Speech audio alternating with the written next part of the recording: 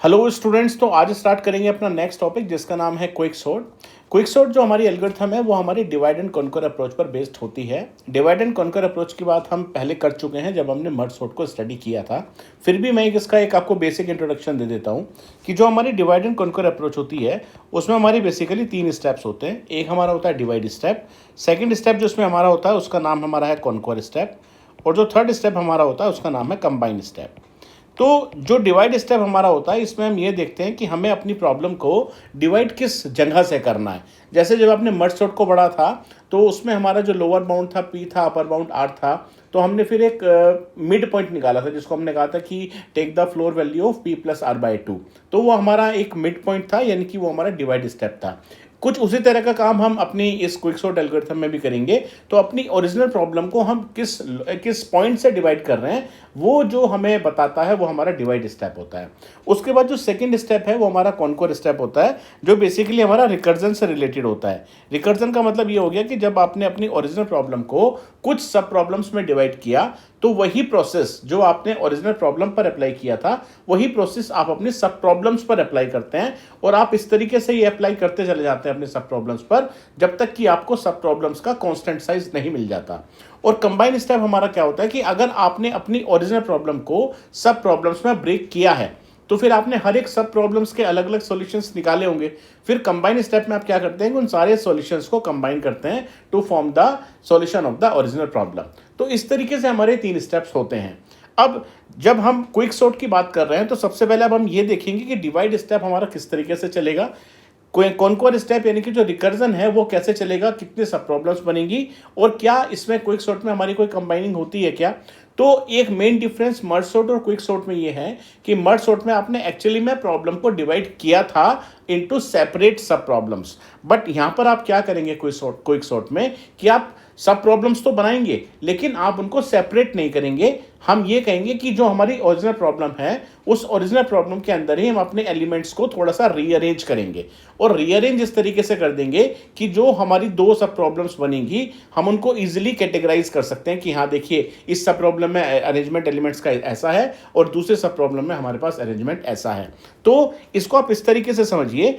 For example, initially अगर आपके पास कोई एक प्रॉब्लम है यानी कि आप ये कह सकते हैं कि इनिशियली अगर आपके पास ये कोई एक एरे है जिसका जो लोअर बाउंड है वो लेट सपोज P है और जिसका जो अपर बाउंड है वो लेट सपोज आपका Q है। तो जो आपका फर्स्ट स्टेप होता है जिसको हम डिवाइड स्टेप बोल रहे हैं, डिवाइड स्टेप में हम क्या करेंगे कि एक इंडेक्स Q ऐसा फाइंड आउट करेंगे जिसमें जो एलिमेंट प्रेजेंट होगा उससे सारे छोटे एलिमेंट्स हमारे होंगे A से लेकर P टू Q-1 में, और जितने भी बड़े एलिमेंट्स होंगे इस एलिमेंट से बड़े वो हमारे सारे के सारे होंगे Q+1 से लेकर R तक। यानी कि सीधा सीधा क्या होगा कि जो हमारा डिवाइड स्टेप है उसमें हम एक एक्स्ट्रा प्रोसीजर चलाएंगे और उस प्रोसीजर का हमारा नाम होगा पार्टीशन प्रोसीजर। अभी उसको हम देखेंगे। तो पार्टीशन प्रोसीजर क्या करेगा, पार्टीशन प्रोसीजर हमें ये एक इंडेक्स Q रिटर्न करके देगा, और ये इंडेक्स Q हमारा ऐसा होगा कि जो भी हमारे एलिमेंट्स हैं A टू PQ-1 में वो सारे एलिमेंट्स छोटे होंगे और इक्वल हो सकते हैं element which is present at index Q, और जितने भी एलिमेंट्स हमारे प्रेजेंट होंगे A Q+1 टू R वो सारे एलिमेंट्स हमारे बड़े होंगे इस एलिमेंट से जो हमारा इस इंडेक्स पर है, Q इंडेक्स पर है। यानी कि अरेंजमेंट कैसा होगा कि लेट सपोज अगर आपके पास कोई भी एक एरे है, लेट सपोज अगर आपके पास ये कोई एक एरे है 5 2 6 1 2 10, सपोज ये कोई आपके पास एरे है। अब मैं आपसे कह रहा हूं कि ये लेट सपोज 12 है आपका। अब लेट सपोज मैं आपसे कह रहा हूं कि जब हमने इस प्रॉब्लम को थोड़ा सा इसके एलिमेंट्स को रीअरेंज किया तो लेट सपोज ये आपका इधर 5 आ गया, लेट सपोज इधर आपका 2 आ गया, इधर आपका 1 आ गया, इधर लेट सपोज आपका 10 आ गया, 12 आ गया, 6 आ गया। तो ये लेट सपोज मैं आपसे कह रहा हूं कि ये मेरा कोई इंडेक्स Q है, तो जितने भी मेरे एलिमेंट्स हैं इसके लेफ्ट पार्ट में या लो पार्ट में वो सारे छोटे हैं, और जितने भी एलिमेंट्स मेरे राइट पार्ट में वो सारे एलिमेंट्स मेरे बड़े हैं। देखिए अब आपके एलिमेंट आ गए ना, 2 आ गया, 1 आ गया, 2 आ गया, 1 आ गया, ये आपका एलिमेंट 5 हो गया, 6 10 12, 6 10 एंड 12। तो इस तरीके से हमारा पार्टीशन प्रोसीजर जब चलेगा तो वो एक इंडेक्स रिटर्न करके देगा, उस इंडेक्स से सारे छोटे एलिमेंट्स लेफ्ट में होंगे, सारे बड़े एलिमेंट्स हमारे राइट में होंगे। उसके बाद जो आपकी ये 2 सब एरेज बनी, या जैसे मैं कह रहा हूं एक एरे आपकी बन गई A P टू Q-1 और एक आपकी एरे बन गई A Q+1 टू R, फिर आप सेम प्रोसीजर अपने इन दोनों सब एरेज पर चलाएंगे या सब प्रॉब्लम पर चलाएंगे और ये जब तक आप चलाते जाएंगे जब तक कि इनका साइज कांस्टेंट नहीं आ जाएगा। और कंबाइन स्टेप की अगर बात करें तो क्विक सॉर्ट के केस में कोई कंबाइन स्टेप हमारा नहीं चलता है, क्योंकि जो फाइनल एरे हमारी बन के आती है वही एरे हमारी सॉर्टेड ऑर्डर में मिल जाती है, क्योंकि हमने कभी भी अपनी प्रॉब्लम को एक्चुअली में डिवाइड किया ही नहीं, जैसे कि हमने मर्ज सॉर्ट में किया था। इसलिए कंबाइन के लिए हम यहां पर बोलते हैं कि no work is needed in combining the elements because elements are sorted in place, यानी कि उसी एरे में रहते हुए हमारे एलिमेंट सॉर्ट हो जाते हैं। चलिए स्टार्ट करते हैं with the help of algorithm, with the help of example to get the depth understanding of quick sort. अब देखिए मैंने यहाँ पर आपके सामने सबसे पहले एक एल्गोरिथम लिखी है क्विक सॉर्ट। पहले आप समझ लीजिए, यहाँ पर हमारे इसमें दो प्रोसेस हैं, एक प्रोसेस तो हमारा हो गया क्विक सॉर्ट और एक प्रोसेस हमारा हो गया पार्टीशन। तो अगर आप क्विक सॉर्ट एल्गोरिथम को देखें सबसे पहले, तो इस क्विक सॉर्ट एल्गोरिथम में जो आपका सेकंड स्टेप है, सेकंड स्टेप आपका है q equals to partition a, p, r, और ये हमारा पार्टीशन एक नेक्स्ट प्रोसीजर है। ठीक, जो हमारा सेकंड स्टेप है q equals to partition a, p, r, यही हमारा एक्चुअली में डिवाइड स्टेप होता है। और अगर हम अपने स्टेप नंबर 3 और स्टेप नंबर 4 की बात करें तो आपको दिख रहा होगा कि ये दोनों के दोनों हमारे रिकर्सिव कॉल्स हैं, क्योंकि देखिए लिखा ना क्विक सॉर्ट और एक किसी सब एरे पर चल रही है और दूसरी भी एक सब एरे पर चल रही है। तो ये जो दो मेरे स्टेप्स हैं ये हमारे एक्चुअली हैं कॉन्क्वर स्टेप्स, और कंबाइन का इसमें हमारा कोई होता ही नहीं है। जैसे आपने जब मर्ज सॉर्ट पढ़ी थी तो मर्ज सॉर्ट में हमने क्यू को कैसे निकाला था, p + r/2, फिर हमारी दो वहां पर भी रिकर्सिव कॉल्स थी, लेकिन वहां पर हमारा एक एक्स्ट्रा प्रोसीजर भी था जिसको हमने कहा था मर्ज a, p, q, r, तो वो हमारा कंबाइन स्टेप के लिए चलता था। यहाँ पर जो पार्टीशन प्रोसीजर है वो मेरा चलेगा सिर्फ डिवाइड स्टेप के लिए, और बाकी जो दो रिकर्सिव कॉल्स हैं क्विक सॉर्ट aq-1 और aq+1r। ठीक है, चलिए स्टार्ट करते हैं अपना अब आगे एग्जाम्पल। यस, तो चलिए अब अपना एग्जाम्पल स्टार्ट करते हैं। लेट सपोज हमने एक एग्जाम्पल लिया 2 8 7 1 3 5 6 4।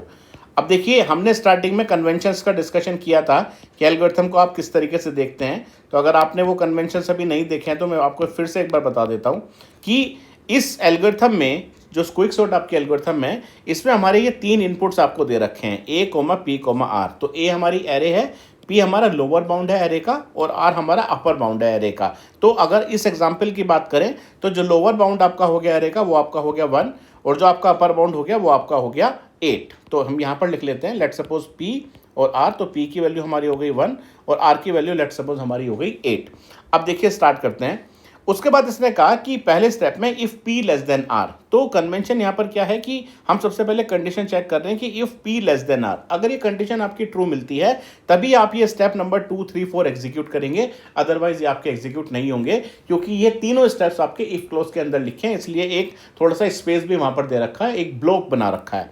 उसी तरीके से अगर आप अपने पार्टीशन प्रोसीजर को देखें तो यहाँ पर हमारा ये फोर लूप है, और इस फोर लूप के अंदर हमारे ये सारे स्टेप्स चल रहे हैं यहाँ से लेकर यहाँ तक।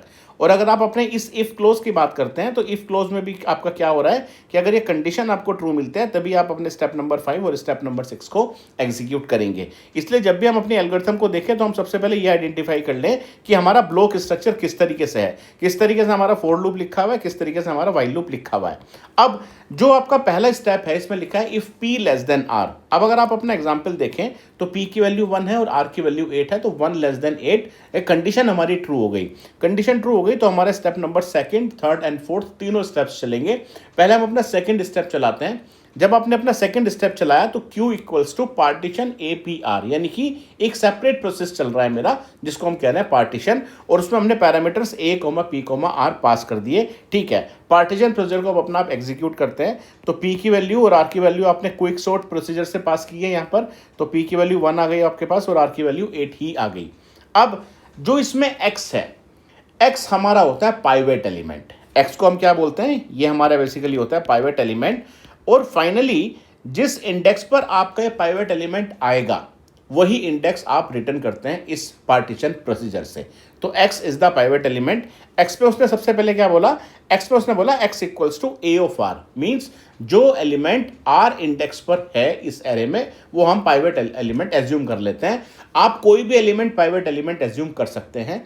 हम पहले क्विकसॉर्ट पढ़ लें, इसके बाद एक वर्जन और देखेंगे इसका, रैंडमाइज्ड क्विकसॉर्ट, उसमें हमने यही डिस्कशन किया है। ठीक, तो अभी हम ये कह रहे हैं कि जो एलिमेंट मेरा लास्ट इंडेक्स पर प्रेजेंट है उसको मैं अभी एज्यूम कर रहा हूं कि वो मेरा पाइवट एलिमेंट है, यानी कि a ऑफ 8 पर जो है, तो a ऑफ 8 पर आपका कौन सा एलिमेंट है, a ऑफ 8 पर आपका एलिमेंट है 4, तो आपने एज्यूम कर लिया कि ये आपका पाइवट एलिमेंट है। तो हम यहाँ पर लिख रहे हैं कि x की वैल्यू हमारी 4 हो गई।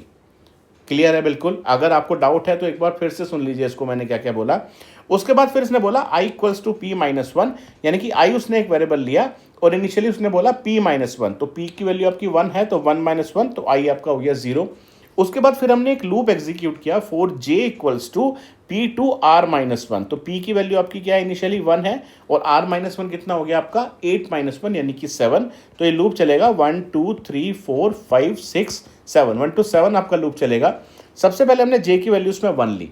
अब जब आपने इसमें j की वैल्यू 1 ली तो आप क्या चेक कर रहे हैं j इक्वल्स टू 1 के साथ, if a of 1 is less than equals to x, तो a ऑफ 1 आपका क्या है, अगर आप देखें a ऑफ 1 में आपका क्या है, a ऑफ 1 में आपका है 2, तो 2 is less than equals to x की वैल्यू क्या है 4, 2 less than equals to 4, condition true है फॉल्स है, कंडीशन ट्रू है क्योंकि 2 लेस देन इक्वल्स टू 4 है। तो हम इस इफ ब्लॉक के अंदर आएंगे और फिर हम क्या कर देंगे, i equals to i plus 1 कर देंगे। i equals to i plus 1 का मतलब कितना हो गया, i की वैल्यू आपकी 0 थी तो 0 प्लस 1, i हमारा हो गया 1। और उसके बाद हम क्या करेंगे, ये जो बीच में सिंबल आपका लगा है ये हमारा एक्सचेंज ऑपरेटर है।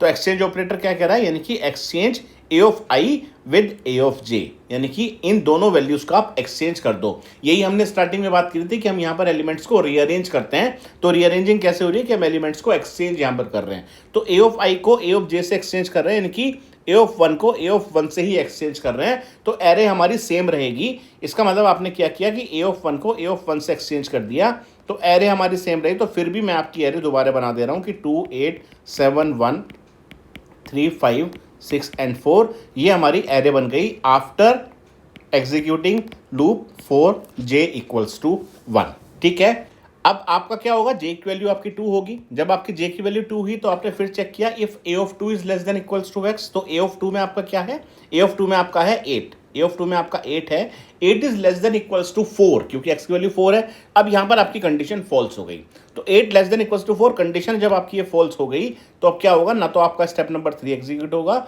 ना स्टेप नंबर 5 एग्जीक्यूट होगा और ना स्टेप नंबर 6 एग्जीक्यूट होगा। तो सीधा सीधा आपका क्या होगा कि आप दोबारा से अपना लूप एग्जीक्यूट करेंगे फॉर j इक्वल्स टू 3 के लिए। तो फिर आपकी j की वैल्यू 3 हुई। फिर आपने चेक किया इफ a ऑफ 3, अच्छा मैं आप एरे दोबारा नहीं बना रहा हूँ क्योंकि एरे मेरी सेम रही, कोई एलिमेंट्स का मेरा रीअरेंजमेंट हुआ ही नहीं, कोई एक्सचेंजिंग नहीं हुई, तो मैंने दोबारा नहीं बनाई। फिर आपकी j की वैल्यू 3 हो गई। फिर आपने चेक किया if a of 3 is less than equals to x, अब a ऑफ 3 क्या है, a ऑफ 3 आपका 7 है, 7 लेस देन इक्वल्स टू 4, ये कंडीशन भी फॉल्स हो गई। ठीक है, आगे बढ़ जाते हैं। फिर आपकी j की वैल्यू 4 हुई। फिर आपने देखा a of 4 is less than equals to 4, तो a ऑफ 4 में अब आपका है 1, तो 1 is less than equals to 4, यहाँ कंडीशन हमारी ट्रू है। तो क्या करेंगे, सबसे पहले हम i में इंक्रीमेंट करेंगे, तो i हमारा हो जाएगा 2 और फिर हम एक्सचेंज कर देंगे a ऑफ 2 को a ऑफ 4 से, क्योंकि a ऑफ i को a ऑफ j से आप एक्सचेंज कर रहे हैं। तो आपने सीधा सीधा क्या कर दिया कि आप a ऑफ 2 को a ऑफ 4 से एक्सचेंज कर देना है। तो एक्सचेंज करने के बाद जो आपकी एरे बनेगी आप वो बना लीजिए। तो ये आपकी एरे हो गई 2, यहाँ पर आपका 1 आ गया, ये आपका 7 हो गया, ये आपका 8 हो गया, 3 हो गया, 5 हो गया, 6 हो गया, 4 हो गया, 1 2 3 4 5 6 7 8। देखिए अभी जो हम एल्गोरिथम एग्जीक्यूट कर रहे हैं एक्चुअली में इसको हम बोलते हैं ड्राई रन, यानी कि हम हर एक स्टेप को देख रहे हैं कि कौन सा स्टेप हमारा क्या काम कर रहा है। तो पहले एल्गोरिथम को बिल्कुल इन डेप्थ समझ लेते हैं, उसके बाद अगर पेपर में कोई क्वेश्चन हमारे पास आता है तो हम देख लेंगे कि डायरेक्टली 1 मिनट में 2 मिनट में डायरेक्टली किस तरीके से सॉल्व करना है इस तरह के एग्जाम्पल्स को। चलिए आगे चलते हैं। उसके बाद आपकी j की वैल्यू 5 हो गई। अब a ऑफ 5 में आपका क्या है, 3 है, 3 लेस देन इक्वल्स टू 4, ये कंडीशन भी आपकी ट्रू है। तो फिर आप क्या करेंगे, सबसे पहले i में इंक्रीमेंट होगा और आप एक्सचेंज कर देंगे a ऑफ 3 को a ऑफ 5 से। तो a ऑफ 3 को a ऑफ 5 से आपने एक्सचेंज कर दिया, तो आपकी जो नई एरे बन गई उस नई एरे में आपका कितना हो गया, इधर आपका 2 आ गया, ये आपका 1 हो गया, इधर आपका 3 आ गया, फिर ये 8 हो गया, उधर आपका चला गया 7 और 5 6 4 आपके जो एलिमेंट्स हैं वो आपके एज इट इज़ रहेंगे। तो ये आपका लूप चल गया for j equals to 5। Then for j equals to 6, a of 6 में आपका क्या है, a ऑफ 6 में अब आपका है 5, 5 लेस देन इक्वल्स टू 4, ये कंडीशन आपकी फॉल्स हो गई। उसके बाद फिर आपकी जे की वैल्यू हो गई फाइनली 7। तो अब आप जब चेक करेंगे ए ऑफ 7, तो ए ऑफ 7 में भी आपका 6 है, तो 6 लेस देन इक्वल्स टू 4, ये कंडीशन भी आपकी फॉल्स हो गई। इसका मतलब अब ये जो लूप है हमारा जो जे में चल रहा था ये एंड हो गया है। फाइनली हम स्टेप नंबर 7 में आएंगे, और स्टेप नंबर 7 में क्या बोल रहा है, एक्सचेंज, ये अगेन से एक्सचेंज ऑपरेटर है, तो बोल रहा है exchange A of I plus 1 with A of R. तो आपकी लास्ट आई की वैल्यू कितनी आई थी, लास्ट आई की वैल्यू आपकी आई थी 3, यानी कि एक्सचेंज करेंगे 3 प्लस 1, 3 प्लस 1 मीन्स कितना हो गया, ए ऑफ 4। ए ऑफ 4 को एक्सचेंज करेंगे हम ए ऑफ 8 से, क्योंकि आर की वैल्यू 8 है। तो ए ऑफ 4 को जब आपने ए ऑफ 8 से एक्सचेंज किया तो आपका ये दोनों एलिमेंट्स आपके इंटरचेंज होंगे या एक्सचेंज होंगे। तो जो आपके फाइनल एरे बनेगी वो आपकी क्या बनी, 2 1 3 4 7 5 6 8, ये आपके इंडेक्सेस हैं 1 2 3 4 5 6 7 8। और जो लास्ट स्टेप है 8th स्टेप पार्टीशन प्रोसीजर का, वो आपसे बोल रहा है कि रिटर्न आई प्लस 1। तो आई की वैल्यू आपकी लास्ट क्या थी, 3 थी, तो रिटर्न 3 प्लस 1 मीन्स रिटर्न कर देंगे हम इस 4 को। देखिए हम इंडेक्स रिटर्न कर रहे हैं पार्टीशन प्रोसीजर से, हम एलिमेंट रिटर्न नहीं कर रहे हैं। वो चांस की बात है कि इस एग्जाम्पल में जो एलिमेंट है 4 वो इंडेक्स 4 पर ही प्रेजेंट है, लेकिन आई प्लस 1 का मेरा मतलब हो गया हमेशा इंडेक्स से, ठीक है। तो हम ये 4 को रिटर्न कर देंगे। तो जब ये यहाँ से रिटर्न होगा 4, तो इसकी वैल्यू हमारी फाइनली किस में आ जाएगी, इस क्यू में आ जाएगी। तो क्यू इक्वल्स टू हमारा आ गया 4, क्योंकि हम सेकंड स्टेप एग्जीक्यूट कर रहे थे जहां पर हमारा लिखा था Q equals to partition A comma P comma R. तो हमें ये वैल्यू क्यू की मिल गई है। अब इसको एक बार एग्जीक्यूट करने के बाद हमने ये कहा था जब हमने स्टार्ट किया था अपना लेक्चर कि जो डिवाइड स्टेप होता है वो हमें एक इंडेक्स रिटर्न करके देता है, और वो इंडेक्स इस तरीके से होता है कि लेफ्ट में या लो साइड पे जो एलिमेंट्स हैं वो सारे छोटे होंगे उस एलिमेंट से, जो उस पाइवट एलिमेंट से, और राइट में जितने भी एलिमेंट्स होंगे वो सारे मेरे बड़े होंगे। तो यहाँ पर अब जो मुझे एलिमेंट मिला वो एलिमेंट आपको क्या मिला, अगर आप देखें इस इंडेक्स 4 पर आपका एलिमेंट क्या है, आपका एलिमेंट 4 है। अब अगर आप देखें अपने एलिमेंट्स को जो लो साइड पर हैं, तो लो साइड पर आपके एलिमेंट्स हैं 2 1 3, जो कि सारे छोटे हैं 4 से। और अगर राइट साइड की आप बात करें तो राइट साइड पर आपके एलिमेंट्स हैं 7 5 6 8, जो कि आपके सारे बड़े हैं 4 से। कोई एलिमेंट आपका इक्वल हो सकता है क्योंकि देयर इज अ पॉसिबिलिटी कि same element appears more than once, ठीक है, इसलिए इक्वलिटी का साइन है। लेकिन जनरल केस में सारे बड़े एलिमेंट्स राइट साइड पर होंगे, सारे छोटे एलिमेंट्स लेफ्ट साइड पर होंगे। ये हमारा काम पार्टीशन प्रोसीजर करता है। तो अगर हम डिवाइड स्टेप की बात करें तो हम ये कहेंगे कि क्विक सॉर्ट के केस में डिवाइड स्टेप ज्यादा काम कर रहा है as compare to merge sort, क्योंकि मर्ज सॉर्ट में तो डायरेक्टली हमने p प्लस आर बाई 2 का लोअर बाउंड निकाल लिया था, यानी कि वहां पर तो हम सीधा सीधा प्लस और डिवाइड कर रहे थे। लेकिन यहाँ पर हमने एक एल्गोरिथम एग्जीक्यूट करी है, प्रॉपर एल्गोरिथम एग्जीक्यूट करी है जानने के लिए कि किस जगह से हम अपनी प्रॉब्लम को डिवाइड कर रहे हैं। और एक्चुअल में यहाँ डिवाइड नहीं हो रहा है, सिर्फ एलिमेंट्स का रीअरेंजमेंट हो रहा है, कुछ एलिमेंट्स इधर से उधर शिफ्ट हो गए हैं। ठीक हो गई बात। अब अगर आप इसकी बात करते हैं तो मैं हमेशा कहता हूं कि देखिए जब भी आपके पास कोई ऐसी एल्गोरिथम्स हैं जिनमें रिकर्जन एग्जिस्ट करता है तो हमेशा उसका एक रिकर्जन ट्री बना लीजिए, हमेशा उसका एक रिकर्जन ट्री बना लीजिए। और रिकर्जन ट्री बनाते हुए आप ध्यान रखिए कि जो भी पैरामीटर्स हैं उनके अकॉर्डिंग आप ट्री बना लीजिए, थोड़ा सा इजी हो जाता है आपको आइडेंटिफाई करना। अब अगर इसके रिकर्जन ट्री की हम बात करें तो इनिशियली जब हमने क्विक सॉर्ट एल्गोरिथम चलाई तो पैरामीटर्स थे a, p, r। अब अगर रिकर्जन ट्री में इसका बनाकर अभी देखूं तो हमारा जो पैरामीटर्स इसमें है, मैं थोड़ा सा इसको बना देता हूँ। लेट्स सपोज इनिशियली a, 1, 8, मैं पूरा नहीं लिख रहा हूँ, पूरा आप लिख सकते हैं क्विक सॉर्ट फिर ब्रैकेट में a, 1, 8। तो p की वैल्यू 1 है और r की वैल्यू 8 है। अब जब आप इसको चला रहे थे एल्गोरिथम को तो आपने q की वैल्यू निकाली, q की वैल्यू कितनी निकल के आई, आपकी 4 निकल के आई। जब आपने इसको चलाया तो q की वैल्यू आपकी 4 आ गई। तो आपकी दो रिकर्सिव कॉल्स बनी, एक आपकी रिकर्सिव कॉल बनी a, p, q-1, q-1 is 4 minus 1 means 3. Look at the algorithm. First call is a, p, q-1. q की वैल्यू आपकी 4 आई, p की वैल्यू आपकी सेम रही 1, तो a, 1, 3 हो गया। और जो दूसरी कॉल बनेगी वो हो गया a, q+1, q+1 means 4+1 means a, 5, 8। तो यहाँ पर जो आपका रिकर्जन ट्री बनेगा, एक बन गया a, 1, 3 और एक आपका बन गया a, 5, 8। तो ये रिकर्जन ट्री आप हमेशा बनाते चले, क्योंकि अब क्या होगा कि आपके पास ये दो रिकर्सिव कॉल्स आ गई, या मैं कहूँ ये मेरे पास दो सब प्रॉब्लम्स आ गई। अब आपको वापस से इन्हीं कॉल्स पर वही प्रोसेस अप्लाई करना है जो आपने अपनी ओरिजिनल प्रॉब्लम पर किया था। तो यहाँ पर भी तो मेरे पास यही दो सब एरेज आई, एक सब एरे मेरे पास आ गई ये a1, 2 3 मीन्स P2 Q-1 यानी कि A,1,3 जिसमें एलिमेंट्स हैं 2 1 3। देखिए आप ये बिल्कुल ना सोचें यहाँ पर कि मैंने सिर्फ 3 एलिमेंट्स लिखे हैं, मैंने एक्चुअली में डिवाइड नहीं किया है, ये जस्ट अंडरस्टैंडिंग के लिए है कि मैंने सिर्फ इतनी एरे बनाई है। और जो राइट वाली एरे मेरी बनी है, जो राइट साइड में मेरी एरे थी, उसमें मेरे क्या क्या एलिमेंट्स हैं 7 5 6 और 8, और किस इंडेक्स से किस इंडेक्स तक है 5 6 7 8। तो ये मेरी 2 सब एरेज हैं, एक सब एरे मेरी है A1 2 3 और एक मेरी सब एरे है A5 2 8। ठीक है, तो एक मेरी सब एरे है A1 2 3 और एक मेरी है A5 2 8। तो एज पर रिकर्जन, तो रिकर्जन ये कहता है कि आपके पास जैसे ही कोई एक रिकर्सिव कॉल आई तो आप पहले उसको एग्जीक्यूट करेंगे, जो आपकी दूसरी कॉल है वो आपकी फॉर द टाइमिंग स्टैक में चली जाएगी। तो अभी हम क्या करते हैं कि अभी हम इसको लेकर चलते हैं और इस पर हम अपना क्विक सॉर्ट अप्लाई करेंगे। अब जब आप इस पर अपना क्विक सॉर्ट अप्लाई करेंगे तो वापस से आप वही लिखेंगे कि P की वैल्यू आपकी कितनी है 1 है और R की वैल्यू आपकी कितनी है 3 है। वापस से फिर आपको Q निकालना है, Q निकालने के लिए वापस से आपको पार्टीशन प्रोसीजर चलाना है। लेकिन पार्टीशन प्रोसीजर आपको एक बार मैंने चला कर दिखा दिया, तो अब हम रिपीटेडली इसको चलाएं तो वो हमारा थोड़ा टाइम कंज्यूमिंग हो जाएगा। अब आप थोड़ा सा ध्यान से देखें इस पार्टीशन प्रोसीजर को, मैं थोड़ा सा आपको इसका बेसिक बताता हूँ कि हो क्या रहा है इसमें, फिर हम इसको डायरेक्टली एग्जीक्यूट करके देखेंगे।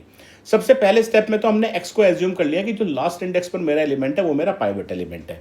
उसके बाद फिर आपने i इक्वल्स टू P-1 लिया, यानी कि आपने i एक ऐसा इंडेक्स ले लिया जो एग्जिस्ट नहीं कर रहा है एरे में, इसलिए इनिशियली i की वैल्यू मेरी 0 हो गई थी, क्योंकि फाइनली मैं i+1 रिटर्न कर रहा हूं। ठीक है, तो i+1 वो इंडेक्स है जिस पर मेरा पाइवट एलिमेंट आएगा। ठीक, अब फिर आपने लूप चलाया P2R-1, क्योंकि आपने लास्ट एलिमेंट को पाइवट एलिमेंट लिया है। सपोज आपके पास ये एरे है, तो जो लास्ट इंडेक्स पर आपका एलिमेंट है वो पाइवट एलिमेंट है, तो फिर पहले इंडेक्स से लेकर और उस इंडेक्स से पहले मतलब उस इंडेक्स से पहले एलिमेंट तक सारे एलिमेंट आप देखेंगे और सारे एलिमेंट को आप कंपेयर करेंगे उस पाइवट एलिमेंट से। इसलिए आपका लिखा है कि if a of j is less than equals to x, it means you are comparing each element from index p to r-1 with pivot element।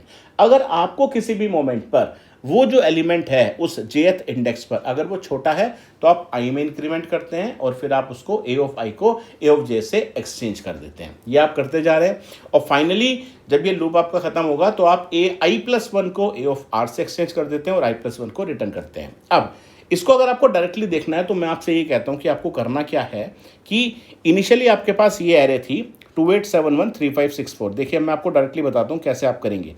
28713564 आप क्या काम करिए कि जो आपके पास पाइवट एलिमेंट है उसको आप इस तरीके से एज्यूम कर लीजिए कि ये मेरा लास्ट इंडेक्स पर पाइवट एलिमेंट है।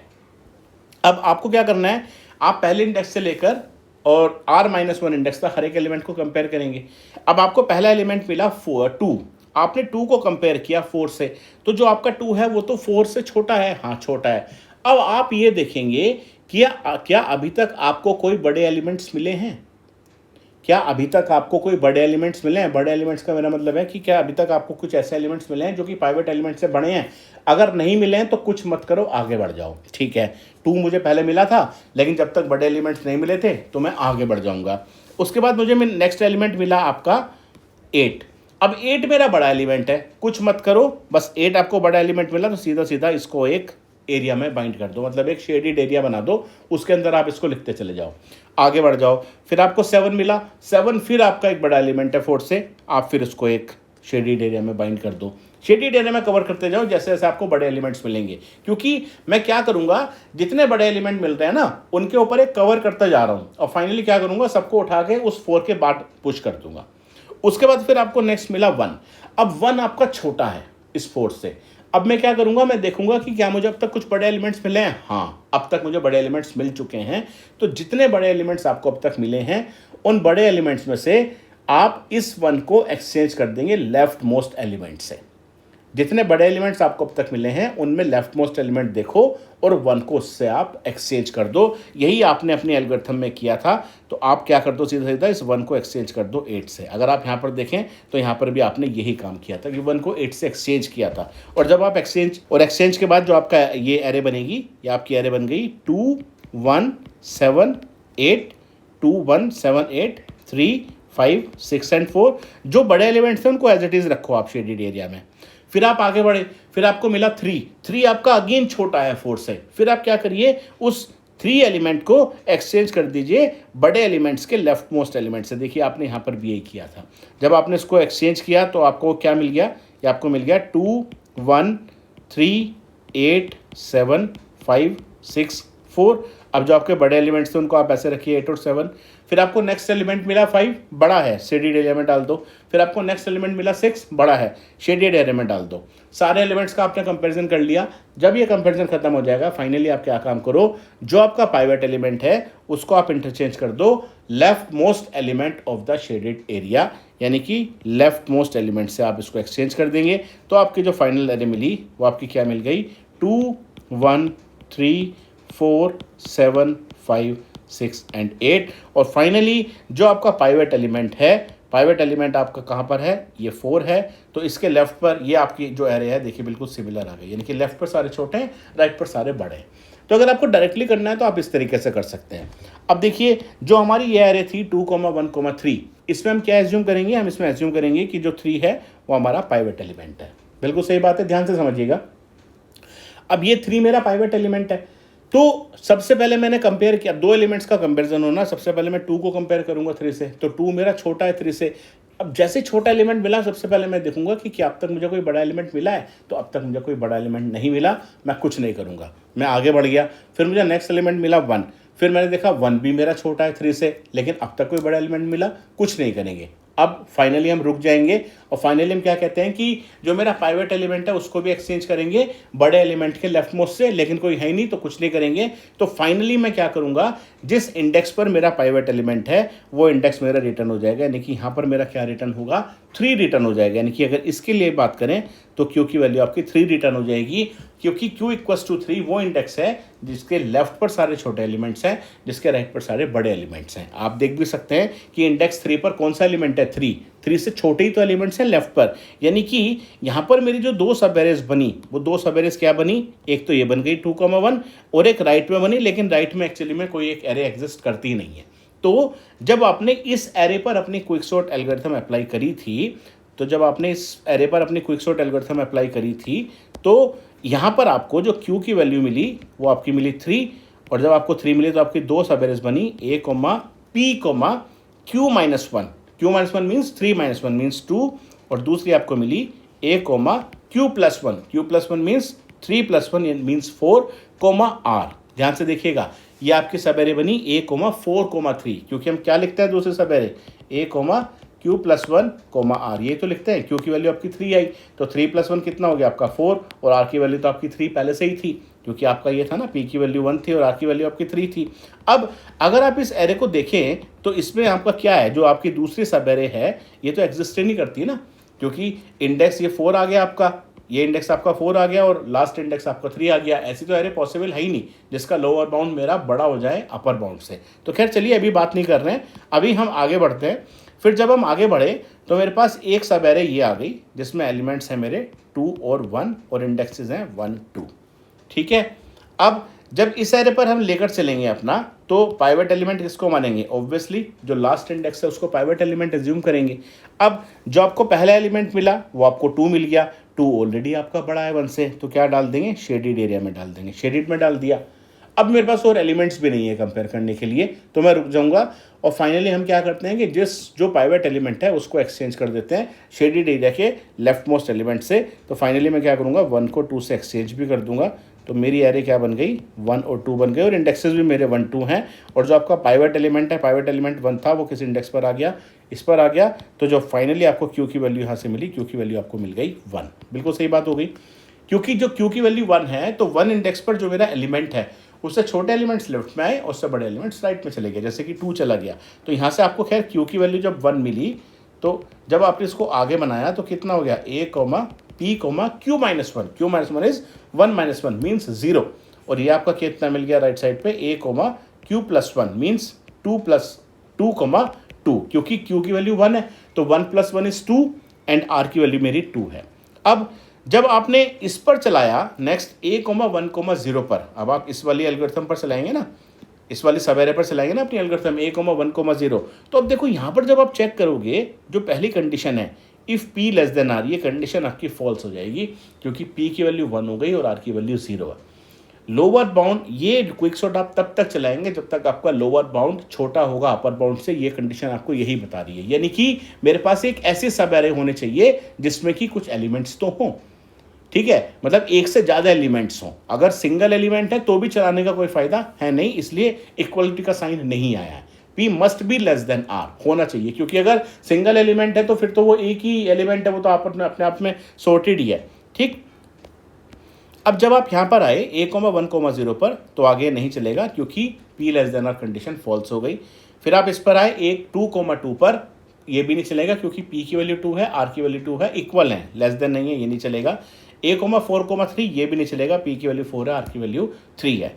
इसका मतलब अगर हम बात करें इस मोमेंट पर, तो हम ये देखेंगे कि इसके लेफ्ट साइड में जितने भी थे सारे रिकर्सिव कॉल्स मेरी एग्जीक्यूट हो चुकी हैं, तो इसका मतलब लेफ्ट पार्ट जो था एरे का वो मेरा सॉर्ट हो चुका है। एक बार आप चेक कर लीजिए, देखिए इंडेक्स 1 पर आपका 1 आ गया, इंडेक्स 2 पर आपका 2 आ गया, इंडेक्स 3 पर आपका 3 आ गया और इंडेक्स 4 पर आपका 4 आ गया। यानी कि एलिमेंट्स को हमने रीअरेंज कर दिया और जो लोअर साइड में मेरे एलिमेंट्स हैं 1 2 3 4 में, वो मेरे सॉर्ट हो गए हैं। ठीक हो गया। चलिए आगे बढ़ते हैं, फटाफट से राइट वाली एरे को लेकर चलते हैं। अब जो राइट वाली एरे है हमारी, वो है 5 6 7 8, यानी कि A5 to 8 और एलिमेंट्स है 7 5 6 8। अब इसमें भी हम क्या करते हैं, सबसे पहले अपना पाइवट एलिमेंट लेकर चलते हैं, यही जो लास्ट एलिमेंट होता है। फिर हमने कंपेयर किया, 7 छोटा है 8 से, लेकिन अब तक कोई बड़ा एलिमेंट नहीं मिला, आगे बढ़ जाइए। 5 भी छोटा है 8 से, अब तक कोई बड़ा एलिमेंट नहीं मिला, आगे बढ़ जाइए। उसके बाद 6 भी छोटा है 8 से, अब तक कोई बड़ा एलिमेंट नहीं मिला, आगे बढ़ जाइए। फाइनली कुछ मत करिए क्योंकि अब तक कोई बड़ा एलिमेंट मिला ही नहीं, तो पाइवट एलिमेंट को हम किसी के साथ एक्सचेंज नहीं करेंगे। तो जो मेरा क्यू यहाँ से रिटर्न होगा, क्यू की वैल्यू 8 रिटर्न हो जाएगी, क्योंकि ये वो 8 इंडेक्स है जिस पर मेरा पाइवट एलिमेंट एग्जिस्ट कर रहा है। और जब आपकी यहाँ से q इक्वल्स टू 8 रिटर्न हुई, तो जो आपकी दो रिकर्सिव कॉल्स बनी वो क्या क्या बन गई आपकी, a, P, Q-1 और A, Q+1, R। ये बिल्कुल क्लियर है। A, P, क्योंकि P की वैल्यू तो 5 है ना और R की वैल्यू इस जगह 8 है, तो P, P की वैल्यू 5 है और Q-1 कितना हो गया, 8-1, तो 8-1 आपका हो गया 7। अब हम चलाएंगे A, 5, 7 पर। अब जब आप A, 5, 7 पर चलाएंगे तो आपकी ये एरे है 7 5 और 6, ये आपका हो गया 5 6 7। अब इसमें पाइवट एलिमेंट आप किसको मानेंगे, इस 6 को मानेंगे। अब क्या हुआ, सबसे पहले आपको 7 और 5 को कंपेयर करना है 6 से। आपने जब 7 को कंपेयर किया तो 7 आपको बड़ा मिला, तो आपने 7 को शेडेड एरिया में डाल दिया। फिर आपको 5 मिला, 5 छोटा है, तो अब क्या करेंगे, जैसे छोटा एलिमेंट मिला तो शेडेड एरिया के लेफ्ट मोस्ट से एक्सचेंज कर दो। ऑब्वियसली एक ही एलिमेंट है तो 5 को 7 से एक्सचेंज कर देंगे, तो क्या बन गया आपका, ये 5 7 6 हो गया।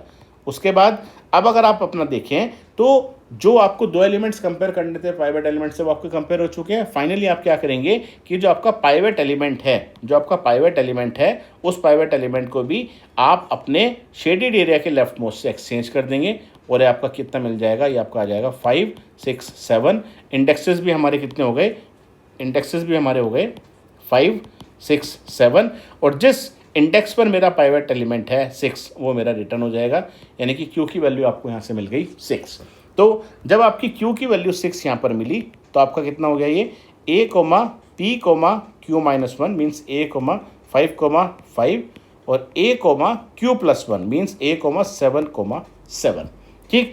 अब जब आप इस एरे को देखेंगे A, 5, 5 को, ये आपकी नहीं चलेगी क्योंकि P लेस देन R नहीं है। फिर आप देखेंगे A, 7 7, ये नहीं चलेगी क्योंकि P लेस देन R नहीं है। A, 9, 8 नहीं चलेगी। इसका मतलब अब आपकी एरे सॉर्ट हो गई है। और अगर आप चेक करना चाहें तो चेक कर सकते हैं। 4 तक हमारी हो गई थी, इंडेक्स 5 पर 5 आ गया, 6 पर 6 आ गया, 7 पर 7 आ गया और फाइनली इंडेक्स 8 पर आपका 8 आ गया। तो अब अगर आपने आप फाइनल एरे बनाते हैं तो जो आपकी फाइनल एरे बन के आई इसमें, वो आपकी हो गई 1 2 3 4 5 6 7 एंड 8। तो ये हमारी हो गई एक सॉर्टेड एरे। ठीक है, तो ये हमारी सॉर्टेड एरे हो गई। तो हमने इस लेक्चर में ये देखा कि हमारी जो क्विक सॉर्ट है वो किस तरीके से काम करती है, क्विक सॉर्ट में रिकर्सिव कॉल्स कैसे चलती हैं, पार्टीशन प्रोसीजर कैसे काम करता है, उसके बाद रिकर्जन ट्री कैसे बनता है, और हमने सॉर्टेड एरे अपने बनाकर देख ली। अब नेक्स्ट लेक्चर में हम डिस्कस करेंगे, एक और एग्जांपल लेंगे नेक्स्ट लेक्चर में, और वहाँ पर हम इसको डायरेक्टली एग्जीक्यूट कर देखेंगे और रिकर्जन ट्री बनाएंगे। उसके बाद फिर उसके नेक्स्ट लेक्चर में हम क्या करेंगे, इसका रनिंग टाइम डिस्कशन करेंगे। ठीक है, थैंक यू।